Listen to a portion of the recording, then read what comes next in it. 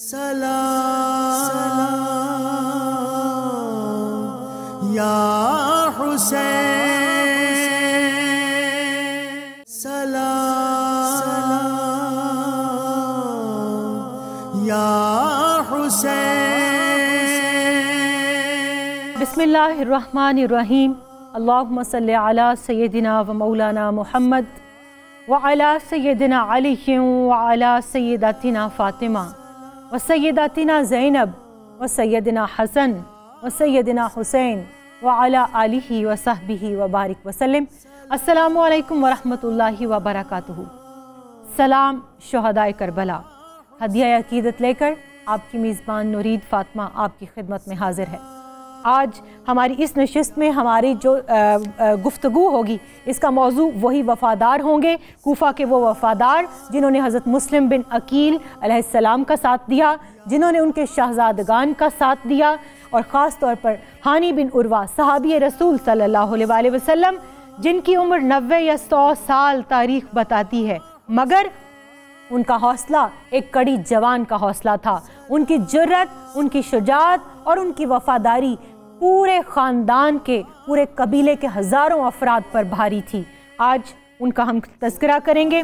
اس تذکرے میں میرے ساتھ شریک تذکرہ ہماری حسب سابق سکولرز جو ہمارے ساتھ ہوتی ہیں، پہلی میری مہمان سکولر ضیاء بطول صاحبہ ہمارے ساتھ ہیں، ان کے ساتھ تشریف فرما ہے سیدہ شباب فاطمہ صاحبہ، اور منقبت پیش کرنے کی سعادت آخر میں حاصل کریں گی مریم منیر صاحبہ۔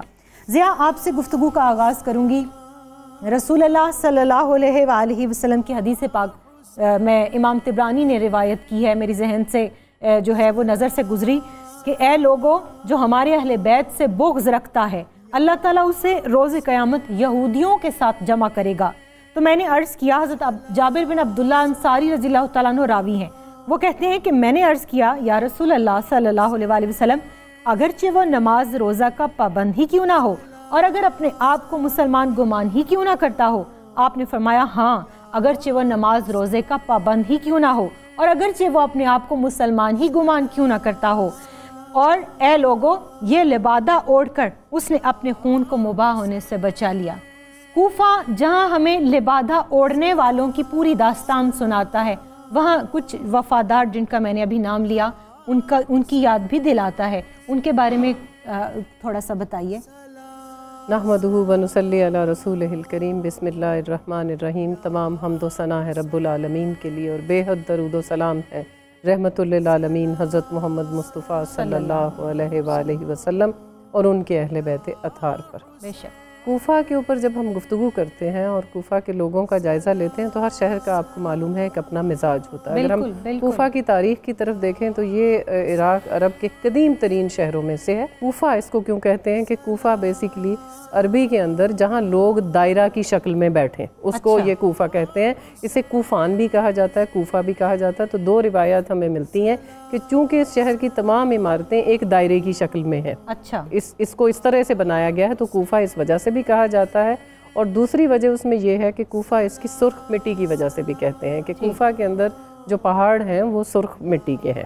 اب جہاں تک یہاں لوگوں کا مزاج کی بات ہے تو یہ چونکہ گزرگاہ رہا، یہاں مختلف قبائل کے لوگ آباد تھے، مختلف علاقوں سے لوگ یہاں آتے رہے، اس لیے یہ سیاسی طور پر بھی ایک شعور رکھنے والا شہر تھا۔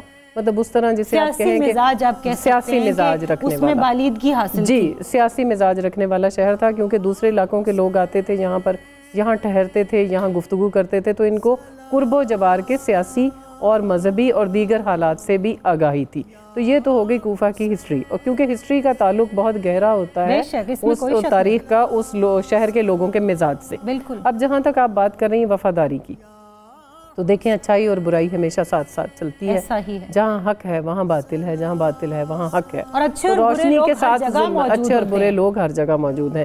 تو کوفہ میں جہاں ہم نے دیکھا کہ اکثریت جو تھی وہ مصلحت کا شکار ہو کر، دنیاوی مفادات کا شکار ہو کر اور خلیفہ کے خوف سے جہاں باطل کی طرف متوجہ ہو گئی اور انہوں نے امام مسلم بن عقیل کا ساتھ چھوڑ دیا، وہاں ہم نے ایسے وفادار بھی دیکھے ہیں جن کی ابھی آپ بات کر رہی تھی کہ ہانی بن عروہ کو آپ دیکھیں۔ سب سے پہلے جب مسلم بن عقیل تشریف لائے ہیں تو ان کا بہت ہی عمدہ استقبال ہوا وہاں پر، اور وہ چلے گئے ہیں مختار سقفی کے گھر میں، وہاں انہوں نے رہائش رکھی۔ اس کے بعد جب وہ وہاں سے ہانی بن عروہ کے گھر میں تشریف لے گئے ہیں، تب بھی ان کو بہت سارے وہاں مسلم بن اوسجہ وہاں موجود تھے، مسلم بن اوسجہ نے بھی ان کی حمایت کی اور ان کی ہر طرح سے مددگاری کی، اور پھر طوع جو جن کا آگے جا کر ہم تفصیل سے بھی ذکر کریں گے، تو یہ وفاداران وہاں موجود تھے۔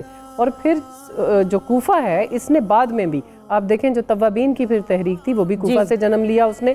جب واقعہ کربلا ہو چکا اس کے بعد بھی جو لوگ وہاں شامل نہیں ہو سکے، چاہے کسی مجبوری کی وجہ سے چاہے کسی خوف کی وجہ سے، انہوں نے بعد میں پھر اس تحریک کو مزید فروغ دیا اور انہوں نے اس بات کو زبان زدِ عام کر دیا کہ نواسۂ رسول امام حسین علیہ السلام بے گناہ قتل کیے گئے، ان کے تمام اہل بیت کو اسیر کیا گیا، ان کے اصحاب کو شہید کیا گیا اور ان کے اوپر ظلم و زیادتی کی انتہا کی گئی۔ تو کوفہ کا کردار یقیناً اس لحاظ سے بھی اہم ہے کہ اس میں مثبت اور منفی دونوں پہلو نظر آتے ہیں۔ اور رویے ہمیشہ شباب لوگوں سے ہی بنتے ہیں، جیسے ابھی بات کر رہے تھے ہم کہ علاقے کا مزاج بن جاتا ہے، تو وہ بھی کیا لوگوں کے جو ہے وہ ذہنیت، نظریات اور عمل سے بنتا ہے؟ بسم اللہ الرحمن الرحیم، اللہم صلی علی محمد وعلی محمد۔ دیکھیے ضیاء نے جو بات کی وہ بالکل درست، اور اس میں صرف میں ایک جملہ ایڈ کروں گی کہ یہی وجہ تھی کہ مولا کائنات علی ابن ابی طالب نے اپنا دارالحکومت کوفہ چنا، یہ کچھ انہی وجوہات کی بنا پر،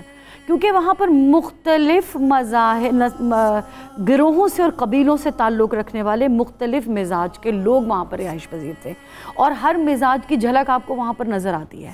اچھا، یہ اسلام میں جناب رسول خدا صلی اللہ علیہ وسلم کے زمانے سے ہے کہ جب بھی کوئی بھی مارکہ ہوا تو اس میں لوگ اسی طرح سے الگ ہوئے، چاہے وہ عرب ہے چاہے وہ عجم ہے، جہاں پر بھی مارکے ہوئے، بدر و احد لے لیجئے، خیبر و خندق لے لیجئے، سب میں مومنین کا گروہ الگ ہو گیا، منافقین کا الگ ہو گیا اور مشرکین کا الگ ہو گیا۔ یہ اول اسلام سے یہ مزاج چلا آ رہا ہے۔ اچھا، جب حضرت مسلم بن عقیل علیہ السلام کوفے میں پہنچے ہیں تو وہاں پر ہمیں سب سے پہلے جو ایک مضبوط کردار وفادار نظر آتا ہے وہ مختار ثقفی کا نظر آتا ہے، اور احمد مختار کے ہاں جناب مسلم رہے۔ احمد مختار نے جناب مسلم کو پورا ایک موقع فراہم کیا، 12,000 لوگوں نے پہلے بیعت کی، 18,000 لوگوں نے پہلے بیعت کی۔ مختار ثقفی حکومت وقت کے سامنے بالکل اس طرح سے کھڑے تھے جمع مردی سے، نعمان بن بشیر بھی نہیں بول سکا اس لیے کہ مختار ثقفی ان کے داماد رہ چکے ہیں۔ مختار ثقفی کے بعد جو دوسرا ہمیں کردار بہت مضبوط نظر آتا ہے وہ جناب ہانی بن عروہ اور ساسا بن سوہان کا، حبیب ابن مظاہر کا، مسلم ابن اوسجہ کا، ان سب کے کردار نظر آتے ہیں۔ ساسا بن سوہان صحابی رسول بھی ہیں، صحابی علی ابن ابی طالب علیہ السلام بھی ہیں، صحابی امام علی مقام بھی ہیں، یہ سب کے سب جناب مسلم بن عقیل علیہ السلام کے ساتھ اس وقت بھی موجود رہے جب 18,000 لوگوں کی بیعت تھی، اور اس وقت بھی ساتھ رہے جب 18,000 لوگ، بالکل 18,000 لوگ مکر گئے، 18,000 لوگ دنیا کے لالچ میں مکرے، لیکن ان ہستیوں کو دنیا کا لالچ نہیں تھا، یہ دین کی خاطر جناب مسلم بن عقیل علیہ السلام کے ساتھ موجود تھے۔ اچھا، پھر ان ہستیوں کے ساتھ کیا کیا کہ جب یہ کسی بھی لالچ اور دباؤ میں نہیں آ سکے تو جناب مختار ثقفی کو بھی قید کر لیا گیا۔ مسلم ابن اوسجہ اور حبیب ابن مظاہر کوفے سے نکل گئے، امام علی مقام کے لشکر میں شامل ہو گئے۔ ساسا بن سوہان کو بھی قید کر لیا گیا، اور جتنے بھی امام کے جانثار تھے اس وقت جو لالچ اور دباؤ میں نہیں آ سکے انہیں قید کر لیا، اور جو لالچ اور دباؤ کا شکار نہیں ہوئے انہوں نے فوراً کوفے چھوڑ کے امام علی مقام کے لشکر میں شامل ہو گئے۔ اور ہانی بن عروہ جنہوں نے جام شہادت بھی نوش کر لی۔ جب ہم بات کرتے ہیں حضرت ہانی بن عروہ رضی اللہ تعالیٰ عنہ کی تو ہم دیکھتے ہیں کہ یہ صحابی رسول صلی اللہ علیہ وسلم ہے، اور عمر انور بھی ان کی 90 یا 100 سال کے قریب تاریخ نے جو ہے وہ بتائی ہے۔ دور مصطفیٰ کریم صلی اللہ علیہ وسلم تو دیکھا ہوگا انہوں نے۔ بے شک جی، اور اسی لیے انہوں نے اسی محبت اور اسی مودت کے تقاضوں کو پھر پورا کیا، کیونکہ جس نے رسول خدا صلی اللہ علیہ وآلہ وسلم سے یہ حدیث سن رکھی ہوں کہ حسین مجھ سے ہے اور میں حسین سے ہوں، اور اے خدا تو اس سے راضی ہو جا جو حسین سے محبت رکھے، اور پھر جہاں بار بار یہ کہا گیا کہ جس نے حسین کی ناراضگی مول لی اس نے میری ناراضگی مول لی، جس نے مجھے ناراض کیا اس نے خدا کو ناراض کیا، تو وہ ان تقاضوں کو سمجھتے تھے، محبت اہل بیت اور محبت نواسہ رسول خدا صلی اللہ علیہ وآلہ وسلم کے تقاضوں کو سمجھتے تھے۔ یہی وجہ تھی کہ انتہائی سمجھدار اور بصیر انسان ہونے کے باوجود انہیں معلوم تھے کانسیکوینسز کا، ان کو شروع سے پتہ تھا کہ جو میرے گھر میں مہمان ہیں، جو مسلم بن عقیل میرے گھر میں رہے ہیں، کیونکہ مختار ثقفی کے بعد انہی کے گھر میں آ گئے تھے یہ، تو ان کو یہ بات معلوم تھی کہ میں یقیناً خلیفہ کے عطاب کا شکار ہو جاؤں گا، لیکن انہوں نے اپنی آخرت اور اپنی عاقبت کے لیے اور وہ اس بزرگی اور اس مقام کے لیے جو ان کو کوفہ میں حاصل تھا، اپنے علاقے کے لوگوں کے مزاج سے کٹ کر فیصلہ کر لیا کہ میں نے حضرت مسلم بن عقیل کا ساتھ دینا۔ ان کو پہلے تو کہا جاتا تھا کہ وہ اشراف کوفہ میں سے ہیں، لیکن انہوں نے جناب مسلم بن عقیل کا ساتھ دے کر یہ ثابت کر دیا کہ وہ صحیح معنوں میں اشراف میں سے تھے اور وہ عبد صالح تھے۔ ان کو عبد صالح بھی کہا گیا۔ انہوں نے دیکھیں کیا کیا کہ جب آئے ہیں ان کو دربار میں زبردستی لایا گیا، اور جب یہ بات کھل گئی عبید اللہ ابن زیاد پر کہ مسلم بن عقیل جو ہیں وہ ان کے مہمان ہیں، ان کو دربار میں لایا گیا، تو اس قدر تشدد کے باوجود جو ان کو بے دست و پا کر کے ان کے ہاتھوں کو باندھ کر غلاموں نے ان کو جکڑ لیا، اور پھر چھڑی سے جو ان کے منہ کو زخمی کیا گیا اور پھر ان کو قید میں بھی ڈال دیا گیا، اس کے باوجود ہانی بن عروہ نے اس پہ کمپرومائز نہیں کیا۔ ان کو بار بار وہ کہتا کیا تھا ابن زیاد کہ اپنے مہمان کو میرے حوالے کر دو، وہ کہتے تھے نہیں کروں گا، کیسے حوالے کر دوں، تم کیا سمجھتے ہو کہ اپنی آخرت کو برباد کر دوں۔ یہاں پر ایک چیز جو ہم مس کر رہے ہیں، میں چاہوں گی آپ تھوڑا اس پہ بھی روشنی ڈالیں کہ ابن زیاد جب آیا ہے اور ان کو پتہ چلا ہے تو انہوں نے بیماری کا عذر کر کے اس سے ملنا جلنا ترک کر دیا۔ یہ دارالامانہ نہیں جاتے۔ پھر اس نے جب اپنے ایک غلام کے ذریعے ان تک رسائی پائی اور حضرت مسلم بن عقیل کا پتہ چلا لیا، تو پھر وہ ان کے گھر پہنچا ہے جی بالکل تو رکھنے کے لیے۔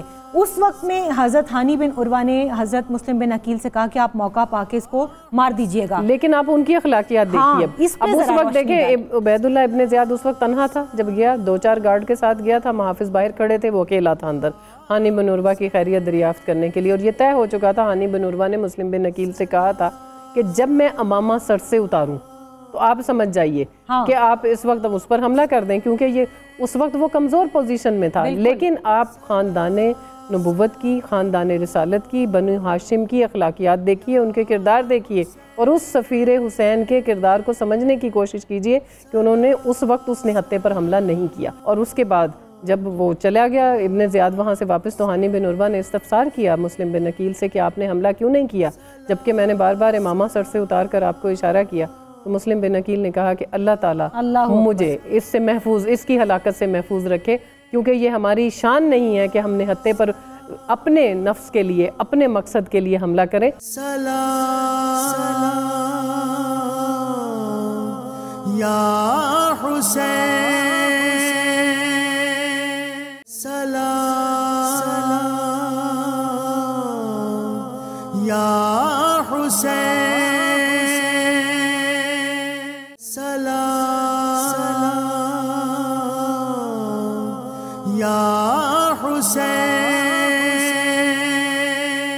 سلام شہدائے کربلا، سلام شہدائے کوفہ، سلام وفاداران کوفہ۔ کیوں وہ اپنے زبان حال سے پکار پکار کر کیا کہہ رہے ہیں، اپنی وفاداری کا ثبوت دیتے ہوئے زبان حال سے کیا اعلان کر رہے ہیں کہ کچھ نہ کہنے سے بھی چھن جاتا ہے اعزاز سخن، ظلم سہنے سے بھی ظالم کی مدد ہوتی ہے۔ کیوں طاع کا کردار دیکھ کر بھی شباب ہمیں یہ لگتا نہیں کہ وہ زبان حال سے یہی پکار رہا ہے کہ ظلم سہنے سے بھی ظالم کی مدد ہوتی ہے اور وہ مظلوم کا ساتھ دے رہی ہیں؟ دیکھیں طاع کے کردار سے نورید ایک بات واضح ہوتی ہے کہ حق گوئی کسی بھی زن و مرد دونوں کے لیے ہے۔ بے شک ضروری نہیں ہے کہ مرد حق گو ہو، عورت کی بھی حق گوئی دین اسلام میں اتنی ہی اہمیت رکھتی ہے جتنی مرد کی ہے۔ اور جہاں کہیں مارکہ حق و باطل نظر آیا ہے، بالکل وہاں پہ کردار عورت کا، اسلامی تاریخ کے اندر بھی، جہاد کے اندر بھی، غزوات کے اندر بھی خواتین امہات المومنین، ایون سیدہ کائنات فاطمہ الزہرا رضی اللہ تعالیٰ عنہا سقائی کرتی ہوئی نظر آئی۔ بالکل ان کے پانی پلانے سے لے کر طاع کے کردار تک دین اسلام میں بہت سی خواتین کا حق گوئی میں اپنا اپنا کردار نظر آتا ہے۔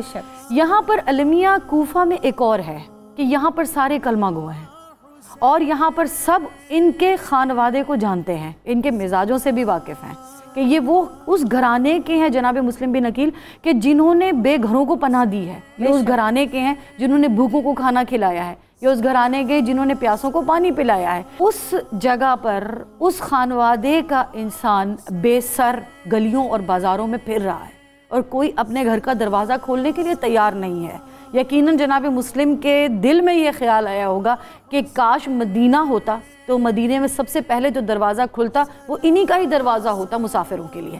جناب مسلم ایک گھر کے دروازے پر تھک کر بیٹھ گئے تو جو گھر کی مالکہ تھی اسے محسوس یہ ہوا. حضرت ہانی بن عروہ کی گرفتاری کے بعد کی بات ہے. جی, ہانی بن عروہ کو گرفتار کر لیا. جناب مسلم نے جناب ہانی کا گھر چھوڑا ہی اسی لیے تھا کہ ہانی بن عروہ کہیں میری وجہ سے شہید نہ کر دیا جائے. یعنی یہاں پر بھی محبت غالب آ گئی کہ میری وجہ سے کسی کو تکلیف نہ ہو. جناب مسلم نے جب ان کا گھر چھوڑا, ایک دروازے کے باہر آ کر بیٹھ گئے. گھر کی اندر جو مالکہ تھی اس کو آہٹ کا احساس ہوا, اس نے دروازہ کھولا, معلوم پڑا کہ مسافر ہے. تو جناب مسلم نے اس سے سوال کیا کہ مجھے پانی پلا دو. بی بی نے جب پانی لا کر دیا, جناب مسلم نے پانی پیا, تو بی بی نے ایک جملہ کہا کہ اپنے گھر جا. تو جناب مسلم نے ایک جملہ کہا کہ میں پردیسی ہوں, میرا گھر نہیں ہے, میں مدینے کا ہوں. تو جو مدینے کی محبت معجزن تھی, اس نے فوراً سوال کیا کہ وہاں پر تو جناب رسول خدا صلی اللہ علیہ وسلم کا خانوادہ ہے. تو جناب مسلم بن عقیل نے اپنا تعارف کروایا. اب اس وقت جب سارا کوفہ عبید اللہ ابن زیاد حکمران کی وجہ سے ڈر کا شکار ہے, توآ بھی جانتی ہے کہ عبید اللہ ابن زیاد نے کتنے حکم نامے جاری کیے ہیں, لیکن یہاں پر بھی وہ مودت اہل بیت کی اس قدر غالب آئی کہ اس نے اپنی جان کی پرواہ نہیں کی, جناب مسلم کو اپنے گھر میں پناہ دی. یعنی ایک عورت کی جرت وہاں پر کوفے میں نظر آتی ہے, جہاں مرد بھرے ہوئے ہیں گھروں میں اور مردوں نے اپنے گھروں کے دروازے بند کر لیے, وہاں پہ ایک عورت مدد کے لیے نکلی. ضیاء کے مردانگی صرف جو ہے وہ میل ہونے کی جو ہے محتاج نہیں ہے. مردانگی, جرت, شجاعت, حوصلہ مندی اور پناہ دینے کی, دیکھیں جس طرح شباب بات کر رہے ہیں, یہ تو کردار کی خصوصیت جو ایک عورت میں بھی ہو سکتی ہے. بالکل, دیکھیں مرد اور عورت ہونا جو ہے یہ تو ایک بایولوجیکل فینومینا ہے, اس سے بالا نظر, اس سے قطع نظر یہ جو مردانگی جس کو آپ کہہ سکتے ہیں یا شجاعت کہہ سکتے ہیں اور یا جرت مندی کہہ سکتے ہیں, یہ تو مرد و عورت ہر ایک میں ہو سکتی ہے. اور جو حق پرست ہوتے ہیں, جو حق گو ہوتے ہیں, چاہے وہ مرد ہوں, چاہے وہ عورتیں ہوں, چاہے وہ بچے ہوں, داستان کربلا نے شروع سے لے کے آخر تک یہ ثابت کر دیا کہ ان کے جرت سے, ان کے حوصلے سے کوئی نہیں ٹکرا سکتا, چاہے وہ طویٰ جیسی بزرگ ضعیفہ ہو اور چاہے وہ جناب علی اصغر جیسے ننھے شیرخوار ہوں. تو طویٰ کے جیسے اور بھی کردار کوفہ میں موجود تھے ضرور, لیکن جو آپ نے بات کی کہ غریب کوفہ ان کو کیوں کہا جاتا ہے, کہ ان کی قسم پرسی کا عالم دیکھیے کہ ایک ضعیف خاتون کے دروازے پر آ کر بیٹھے ہیں اور کہہ رہے ہیں کہ میں مسافر ہوں, مجھے پانی پلا دیں. طویٰ نے ان کے لیے کھانا رکھا, لیکن کھانا انہوں نے نہیں کھایا. اس کے بعد آگے پھر اس سے بھی زیادہ سانحہ ایک روپذیر ہوا کہ طویٰ کے بیٹے نے جب وہ رات کو پہنچا اور اس نے دیکھا کہ میری والدہ اس طرف جا رہی ہیں اور غیر ضروری نقل و حرکت ہے ان کی, اس نے جب پوچھا تو انہوں نے اس سے وعدہ لے کر کہ تم یہ بات خلیفہ کو نہیں بتاؤ گے, تم یہ ابن زیاد تک نہیں پہنچاؤ گے, انہوں نے یہ راز اس کے اوپر آشکار کر دیا, جس کا نتیجہ یہ نکلا کہ صبح کے وقت جب فجر کے وقت امام جب جناب مسلم بن عقیل وضو کے لیے آئے ہیں, انہیں اس بات کا پہلے سے خبر تھی.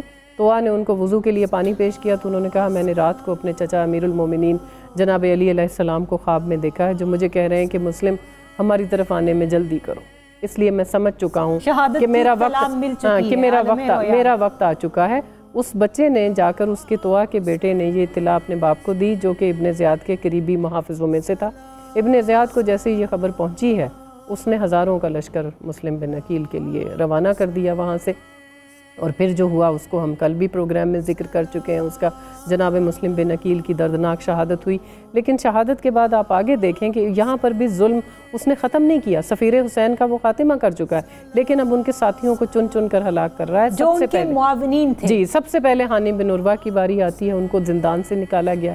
جب وہ زندان میں گئے ہیں تو اس وقت ابن زیاد نے یہ مکاری کی کہ جب ان کے قبیلے کے لوگ دارالامارہ کے باہر جمع ہوئے یہ سن کر کہ شاید ان کو شہید کر دیا گیا ہے, تو انہوں نے قاضی شریح کو اس نے باہر بھیجا, اور قاضی شریح سے ان کو یہ کہلوایا کہ وہ ہانی جو ہیں وہ سلامت ہیں اور ان کو کوئی نقصان نہیں پہنچایا اچھا, اس سے پہلے شباب ہم دیکھتے ہیں کہ دربار ابن زیاد کے اندر جب حضرت ہانی بن عروہ رضی اللہ تعالیٰ عنہ کو لایا جاتا ہے تو وہ پہلے انکار کر دیتے ہیں.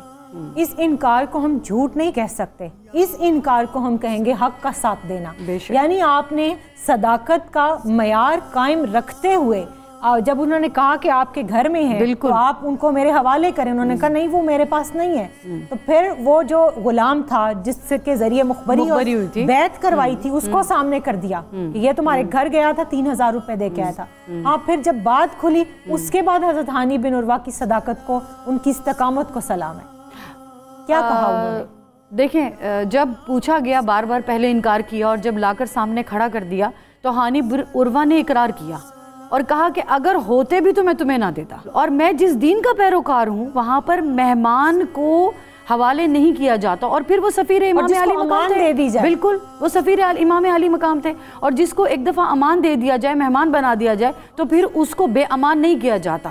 تو جب یہ جبلے ہانی بن عروہ کے اور عبید اللہ ابن زیاد کے درمیان میں ہوئے تو عبید اللہ ابن زیاد نے پوری کوشش کی کہ ہانی بن عروہ اپنے بیان سے کسی طرح سے مکر جائیں، سرنڈر کر لیں، اور عبید اللہ ابن زیاد کی انڈائریکٹلی بیعت کر لیں، یعنی عبید اللہ ابن زیاد کے ساتھ آ جائیں، حضرت مسلم بن عقیل کو عبید اللہ ابن زیاد کو دے دیں تو ہانی بن عروہ کی جان بخشی جائے گی۔ لیکن ہانی بن عروہ نے 90 برس کی عمر میں بھی اپنی جان کی پرواہ نہیں کی، اس لیے کہ ایمان ہانی بن عروہ کے دل میں داخل ہو چکا تھا۔ بے شک، اور جب ایمان دل میں داخل ہو جائے تو پھر بے باکی انسان کے اندر آ جاتی ہے، پھر موت کا خوف نہیں رہتا۔ ایمان کیا ہے ضیاء؟ محبت اہل بیت اطہار کا نام ہی تو ایمان ہے۔ جیسے ہم نے پہلے بھی پروگرام میں بات کی کہ رسول اللہ صلی اللہ علیہ وآلہ وسلم نے ارشاد فرمایا کہ خدا کی قسم ایمان اس شخص کے دل میں داخل نہیں ہوگا جو میرے اہل بیت سے محبت نہیں رکھے گا۔ بالکل، اور پھر دیکھیں ہانی بن عروہ کی جو شہادت ہے وہ یہ ثابت کرتی ہے رسول خدا صلی اللہ علیہ وسلم نے کہ حدیث مبارکہ ہے کہ جو اہل بیت کی محبت میں مرا وہ شہید ہے۔ بے شک، ہانی بن عروہ نے جب انکار کیا اور مستقل انکار کرتے رہے کہ نہیں میں اپنے مہمان کو تمہارے حوالے نہیں کروں گا، اس کے بعد ان کو قید خانے میں ڈال دیا گیا، اور پھر جب جناب مسلم بن عقیل کی دردناک شہادت کے بعد جی بالکل زخمی، اس قدر زخمی تھے کہ ان کے دندان مبارک ٹوٹ چکے تھے، ان کی رخسار کا گوشت لٹک چکا تھا، اور ان کے چہرے سے، ان کے منہ سے، ان کے سر سے خون جاری تھا۔ لیکن حکومت اہلکار کے ذریعے ان کے خاندان کے افراد تک غلط خبر پہنچائی گئی۔ دیکھیں غازی شریح سے کہلوایا گیا کہ وہ ٹھیک ہیں، جس کی وجہ سے ان کے قبیلے کے لوگ واپس چلے گئے، اور پھر ان کی قسم پرسی کا عالم دیکھیں، ان کی تنہائی کا عالم دیکھیں کہ جب ان کو مسلم بن عقیل کی شہادت کے بعد زندان سے نکالا گیا تو ان کے ہاتھ باندھ دیے گئے، ہاتھ پشت پر باندھ کر ان کو بھیڑ بکریاں فروخت کرنے والے بازار میں لے جایا گیا، کیونکہ ابن زیاد کا حکم تھا کہ ان کو وہاں لے جا کر شہید کر دیا جائے۔ جب وہ بھیڑ بکریوں کے بازار میں جا رہے تھے تو وہ راستے میں اونچی آواز سے چیخ رہے تھے کہ اے قبیلہ مسرج کے لوگوں میری مدد کو آؤ، اے میرے قبیلے والوں تم کہاں ہو؟ اس کے باوجود لیکن ان کو تو بتایا گیا تھا کہ وہ صرف حضرت مسلم بن عقیل کی پوچھ گچھ کے لیے جی بالکل وہ اپنی ان کے قبیلے کے لوگوں کو اس بات کا علم ہی نہیں تھا، جو قبیلہ بنی مراد کے لوگ تھے انہیں یہ معلوم ہی نہیں تھا کہ ہانی بن عروہ کی بھی شہادت کا حکم نامہ جاری کر دیا گیا ہے۔ انہوں نے اپنے ہاتھ پھر بھی چھڑا لیے، غلاموں سے اپنے ہاتھ چھڑا لیے اور کہا کہ مجھے ایک تلوار دو، اب میں اپنا دفاع خود کروں گا۔ اس وقت بھی یعنی ان میں شجاعت کا اور جرت کا یہ عالم تھا، تو جو راہ حق کے شہید ہوتے ہیں ان میں ہی یہ جرت اور استقامت پائی جاتی ہے۔ اور اس کے بعد جناب ہانی بن عروہ کے سر کو قلم کر دیا گیا۔ یہ دو حق پرست تھے، یہ دو حق کی وہ شمعیں تھیں، صداقت کی وہ شمعیں تھیں جن کی روشنی تا قیامت جو قیامت تک جلتی رہیں گی، جس سے حق گو ہمیشہ روشنی بالکل ایسا ہے۔ وفاداری ثابت ہو رہی ہے، مگر یہاں پر ہی ہم دیکھتے ہیں کہ حضرت مسلم بن عقیل کے دو ننھے شہزادے محمد اور ابراہیم، وہ اپنی پوری معصومیت کے ساتھ اپنے نونہالان مصطفیٰ صلی اللہ علیہ وآلہ وسلم، یہ اس گلشن کے پھول ہیں، کسی نے ان پہ بھی ترس نہیں کھایا؟ حضرت مسلم بن عقیل کے دو بچے محمد اور ابراہیم کوفے میں قید تھے، جناب مسلم کی شہادت ہوئی، بچے اس بات سے لا علم ہیں کہ ان کے باپ کو بے دردی کے ساتھ شہید کر دیا گیا ہے۔ جب دربان بدلے ہیں نا تو ایک دربان ایسا آیا جو دیکھتا ہے کہ بچے تمام دن روزہ رکھتے ہیں اور تمام رات عبادت میں اپنی شب بسر کرتے ہیں۔ اور عمریں کتنی ہیں ان کی؟ 7 یا 8 برس۔ کہ اس سن میں ان بچوں کی اتنی عبادت اس نے دیکھی تو وہ دربان یہ پوچھنے پر مجبور ہو گیا کہ اے بچوں تم کون ہو؟ تو اب بچے اپنا تعارف کیسے کراتے ہیں؟ کیا تو مدینہ کبھی گیا ہے؟ اس نے کہا ہاں بالکل گیا ہوں۔ کیا تو نانا محمد صلی اللہ علیہ وآلہ وسلم کا کلمہ پڑھنے والا؟ اس نے کہا بالکل کلمہ پڑھنے والا ہوں۔ کیا علی ابن ابی طالب کو جانتا ہے؟ اس نے کہا بالکل جانتا ہوں۔ کیا ابو طالب علیہ السلام کو جانتا ہے؟ کہا جانتا ہوں۔ کیا جعفر طیار کو جانتا ہے؟ کہا بالکل جانتا ہوں، جن کو پروردگار نے 2 پر عطا کیے ہیں۔ کہا کیا عقیل کو جانتا ہے؟ کہا جانتا ہوں، یہ انہی کے خانوادے کے۔ تو بچوں نے کہا کہ ہم عقیل کے پوتے ہیں۔ جب اس نے یہ جملے سنے اس کی آنکھوں سے اشک جاری ہوئے، امامہ اتارا، ہاتھ جوڑ کر بیٹھ گیا، کہا اے بچوں میں تمہارے انداز و اعتبار دیکھ کر ہی جان گیا تھا کہ تم کسی شریف خاندان کے ہو، بتاؤ کیا چاہتے ہو؟ تو بچوں نے اپنے ہاتھ جوڑ کر کہا کہ ہمیں مدینے پہنچا دو، اس لیے کہ وہاں پر ہمارے جد کا روزہ ہے، وہاں پر ہمارے جد رہتے ہیں، ہم وہاں پر جائیں گے اور ان سے کہیں گے کہ ان کی امت نے ہمارے ساتھ کیا سلوک کیا۔ اور یہ بچے جانتے ہیں کہ ان کے بابا کو شہید اس نے پھر اسی دربان نے انہیں بتایا کہ تمہارے والد کو شہید کر دیا گیا۔ ایک غربت تنہائی، یہ بچے جو ماں کے بغیر نہیں رہ سکتے، اس کمسنی میں، یتیمی پردیس میں، جب ان بچوں کا گریہ دیکھا، انہوں نے ہاتھ جوڑے، بھوک پیاس، بالکل خوف تو ایک بڑے آدمی کا جو ہے اپنی جگہ مسلم ہے، کجا کہ یہ معصوم ننھے بالکل بالکل اس آدمی نے ان بچوں کو مدینے جانے والے قافلے سے ملا دیا۔ اب راستے میں یہ قافلہ نکل گیا، بچے پیچھے رہ گئے، راستہ بھٹک گئے، اب یہ بچے پھر کوفے کی گلیوں میں، اب یہ جو راستے کی آپ بات کریے، جب یہ 7-8 برس کے 2 معصوم بھاگے ہوں گے، جب گرد اڑ اڑ کر ان کے چہروں پر پڑی اور یہ راستہ بھول گئے اور پھر رات ہو گئی اور انہوں نے دیکھا صبح کہ یہ وہیں کوفہ کی گلیوں میں ہی پھر رہے ہیں، اس قسم پرسی کا کیا عالم تھا؟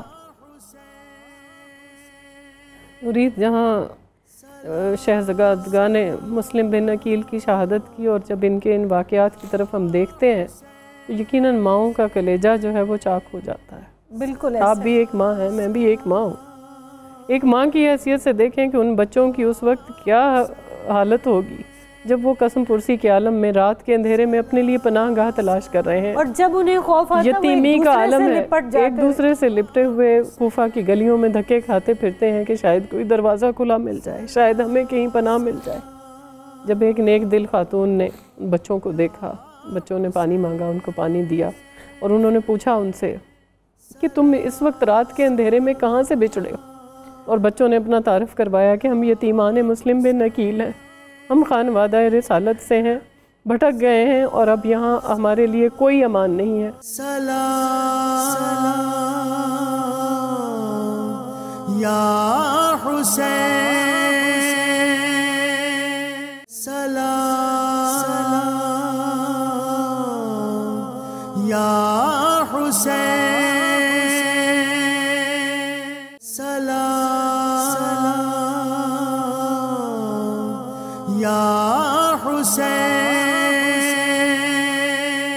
بریک پر جانے سے پہلے ضیاء، ہم بات کر رہے تھے کہ شہزادگان مسلم بن عقیل جب تنہا رہ گئے اور پھر یہ دریا کے کنارے ایک درخت کی کوکھ میں انہوں نے پناہ لی تو ایک عورت کا ان کے اوپر نظر پڑی۔ دیکھیں، اسی خاتون کی ہم بات کر رہے تھے، جیسے آپ بھی ایک ماں ہیں، میں ایک ماں ہوں، وہ بھی ایک ماں ہوگی جس نے ان بچوں کو جب اس قسم پرسی کے عالم میں دیکھا، اور آپ نے جیسے پہلے بات کی تھی کہ قافلے کی گرد سے اٹے ہوئے تھے، لیکن اس کے باوجود وہ عورت ان کو بچوں کو دیکھ کر کہتی ہے کہ اے بچوں، اے معصوموں، تم کس کی اولاد ہو؟ تمہارے جسموں سے ایسی خوشبو آ رہی ہے جو میں نے آج تک نہیں سونگی۔ یہ محبت اہل بیت تھی اس خاتون کے دل میں، جس کی وجہ سے وہ خوشبو جو خانوادہ رسالت کے جسموں سے آیا کرتی تھی، وہ خوشبو اس کے اوپر آشکار ہو گئی۔ ان بچوں نے جب یہ بتایا کہ ہم یتیمان مسلم بن عقیل ہیں تو وہ ان کو اپنے گھر لے گئی۔ جھوٹ نہیں بول رہے، جی، وہ وہاں بھی اپنا تعارف کروا رہے ہیں کہ ہم یتیمان مسلم بن عقیل، حالانکہ ان کو حالات کا اندازہ ہو چکا ہے۔ اور وہ خاتون نے ان کو پانی دیا ہے، کھانا دیا، اس کے بعد ایک صاف ستھرے بستر پر، بچے تھکے ہوئے تھے سارے دن کے، خوف زدہ، وہ ایک دوسرے سے لپٹ کر سو گئے، کیونکہ وہاں یہ خبر پہنچ چکی تھی۔ اس نے 4000 درہم انعام کا اعلان کر دیا ابن زیاد نے۔ اب اس عورت کا شوہر نے بھی وہاں یہ اعلان سنا اور یہ اب سارا دن ان بچوں کی تلاش میں گھومتا رہا۔ رات کو گھر پہنچا، جب بڑے غصے سے اس کو کہا اس عورت کو کہ دروازہ کھولو، اور میں تو سارے دن کا تھکا ہارا آیا ہوں، کیونکہ ابن زیاد نے مسلم بن عقیل کے بچوں کی تلاش پر 4000 درہم کا انعام رکھا، اور میں چاہتا ہوں، گھوڑا بھی مر گیا، میں چاہتا ہوں کہ میں یہ درہم اور یہ انعام خود حاصل کروں۔ اس عورت کو یہ سن کر پتہ نہیں اس کے دل پر کیا گزری ہوگی۔ اتنی دیر میں بچے تو معصوم ہوتے ہیں، رات کا اندھیرا تھا، وہ بچوں کو دیکھ نہیں سکا، لیکن بچوں کی آنکھ کھل گئی ہے خواب سے۔ ایک بھائی اٹھا ہے، محمد اٹھے ہیں، ابراہیم اٹھے ہیں، ایک دوسرے کو خواب بتاتے ہیں۔ کہا بھائی میں نے ایک خواب دیکھا ہے۔ محمد نے پوچھا ابراہیم کیا خواب دیکھا آپ نے؟ کہا میں نے جنت میں دیکھا ہے کہ ہماری دادی، ہماری جدہ جناب فاطمہ زہرا سلام اللہ علیہا بھی ٹہل رہی ہیں، رسول خدا صلی اللہ علیہ وآلہ وسلم بھی ٹہل رہے ہیں، اور جناب علی کرم اللہ وجہہ بھی ٹہل رہے ہیں، اور ہمارے بابا مسلم بن عقیل سے پوچھتے ہیں کہ مسلم بچوں کو کیوں پیچھے چھوڑائے دشمنوں کے نرگے میں؟ تو ہمارے بابا جواب دیتے ہیں کہ بچے ہم سے ملنے والے ہیں بھائی، ہم نے یہ خواب دیکھا ہے۔ بچوں نے جیسے ہی یہ بات کی تو وہ حارث جو اس عورت کا شوہر تھا، اس نے بچوں کی آواز سن لی، جس سے اس کو فوراً اندازہ ہو گیا کہ یہاں کوئی ہے۔ اس نے ایک دم جو ہاتھ ڈالا ہے تو جو چھوٹے صاحبزادے تھے وہ ان کے ہاتھ میں آ گئے مسلم بن عقیل کے۔ اس نے کہا واہ، جس کو تلاش کرتا تھا وہ تو میرے گھر میں ہے، وہ تو گوہر مجھے یہیں مل گیا جس کی وجہ سے مجھے انعام ملے گا۔ اب اس عورت کی آپ حالت دیکھیں کہ کبھی اپنے شوہر کے پاؤں پڑتی ہے، کبھی اس کے آگے ہاتھ جوڑتی ہے اور ان سے کہتی ہے اس سے کہ ان بچوں کو چھوڑ دو، ان معصوموں پر ظلم نہ کرو، اپنی آخرت برباد مت کرو۔ کیا تمہیں رسول خدا صلی اللہ علیہ وسلم کی قرابت کا ذرا بھی احساس نہیں ہے؟ کیا تم ان معصوموں کو شہید کرو گے؟ وہ کہتا ہاں یقیناً شہید کروں گا۔ اس عورت نے ایک جملہ اور کہا جو تاریخ میں ہے اور بڑا سینہ چیرنے والا ہے۔ اس نے اپنے شوہر کے سامنے ہاتھ جوڑ کر کہا کہ کیا تجھے رسول خدا کی وہ حدیث یاد نہیں جو انہوں نے یتیموں سے متعلق کہی ہے؟ اللہ اکبر۔ یہ بھی یتیمان مسلم ہیں۔ یعنی اس عورت نے حجت تمام کی اپنے شوہر کو روکنے کے لیے، لیکن اس کے شوہر پر انعام کا لالچ سوار تھا۔ شباب یہاں یہ تک پڑھا کہ اس نے، جیسے بات کر رہی تھی ضیاء، اس نے اپنی بیوی کو ٹھڈوں سے مارا، اس کو زخمی کر دیا، اس کو کمرے میں قید کر دیا، اس کے باوجود وہ نکل کے اس کے پیچھے بھاگی ہے۔ اس نے اپنی بیوی کو اتنا زخمی کر دیا وہ قریب المرگ تھی۔ پھر اس کا جب بیٹا آیا اپنی ماں کو بچانے، اس کو بھی قتل کر دیا۔ پھر اس نے اپنے غلام کو مار دیا۔ 3 قتل تو یہ ظالم پہلے کر چکا۔ اب جب یہ بچوں کو شہید کرنے لگا تو بچوں نے ضیاء کیا کہا؟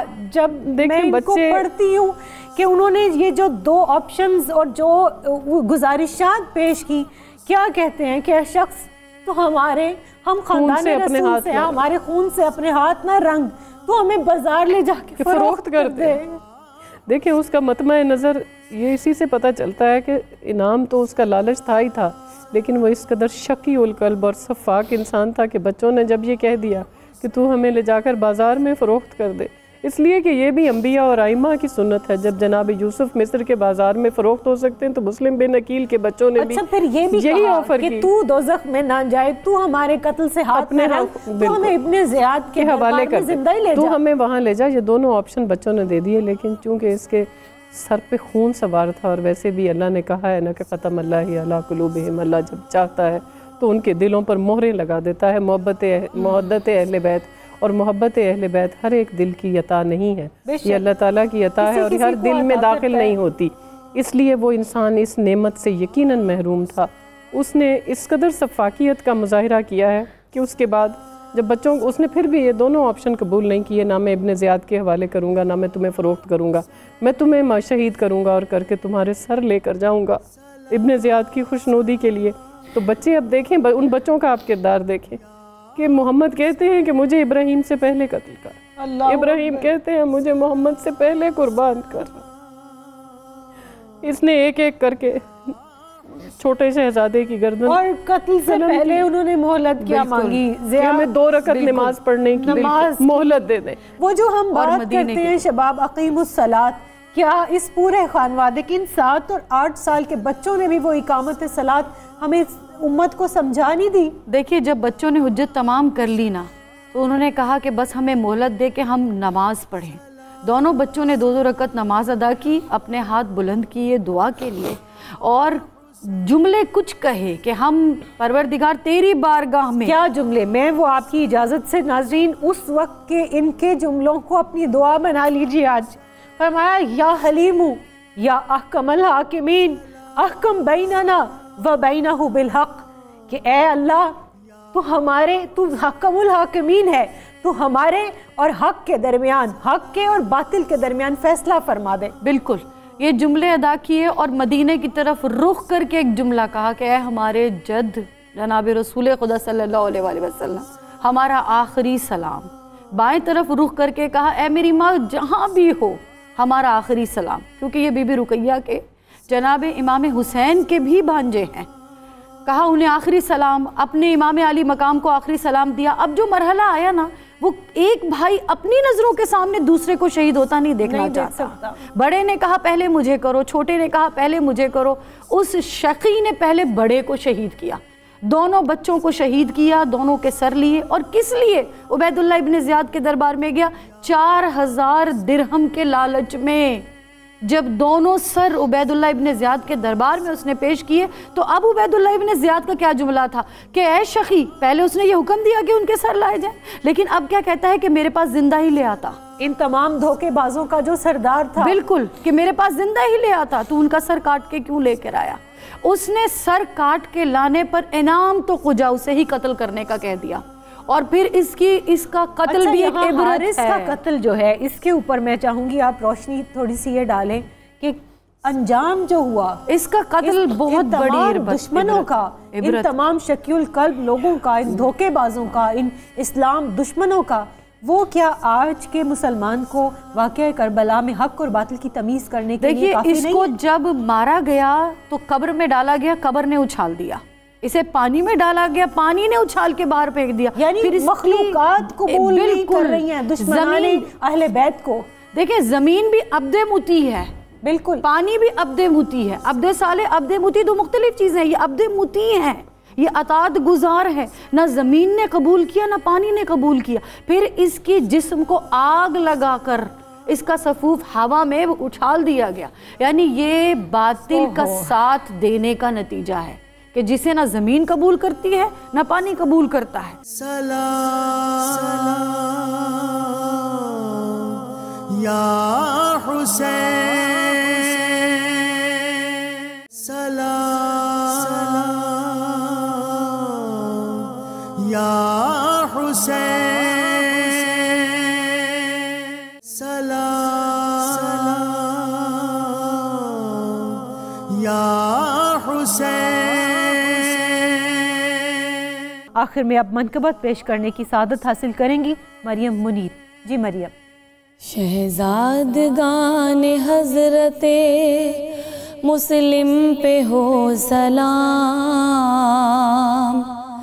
شہزادگان حضرت مسلم پہ ہو سلام، ان راہ روان راہ شہادت پہ ہو سلام، شہزادگان حضرت مسلم پہ ہو سلام، ان راہ روان راہ شہادت پہ ہو سلام، شہزادگان حضرت مسلم پہ ہو سلام. جو گلستان سید عالم کے پھول ہیں، جو گلستان سید عالم کے پھول ہیں، ان کے شرف کو ان کی فضیلت پہ ہو سلام، ان کے شرف کو ان کی فضیلت پہ ہو سلام، شہزادگان حضرت مسلم پہ ہو سلام. جن کے لہو سے دین کے روشن ہوئے چراغ، جن کے لہو سے دین کے روشن ہوئے چراغ، ان کے لہو کے فضل و کرامت پہ ہو سلام، ان کے لہو کے فضل و کرامت پہ ہو سلام، شہزادگان مسلم حضرت پہ ہو سلام. ایک دوسرے پہ جان جو قربان کر گئے، ایک دوسرے پہ جان جو قربان کر گئے، ان کے مثال جذبہ الفت پہ ہو سلام، ان کے مثال جذبہ الفت پہ ہو سلام، شہزادگان حضرت مسلم پہ ہو سلام، ان راہ روان راہ شہادت پہ ہو سلام، شہزادگان حضرت مسلم پہ ہو سلام. یا حسین،